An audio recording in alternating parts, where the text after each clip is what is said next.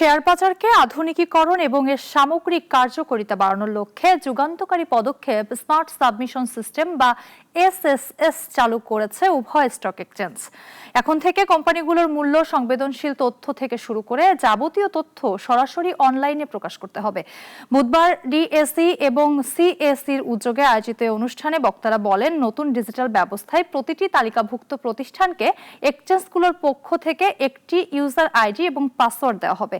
এই আইডি ব্যবহার করেই তারা সিস্টেম লগ ইন করে প্রয়োজনীয় সমস্ত নথি অনলাইনে জমা দিতে পারবে।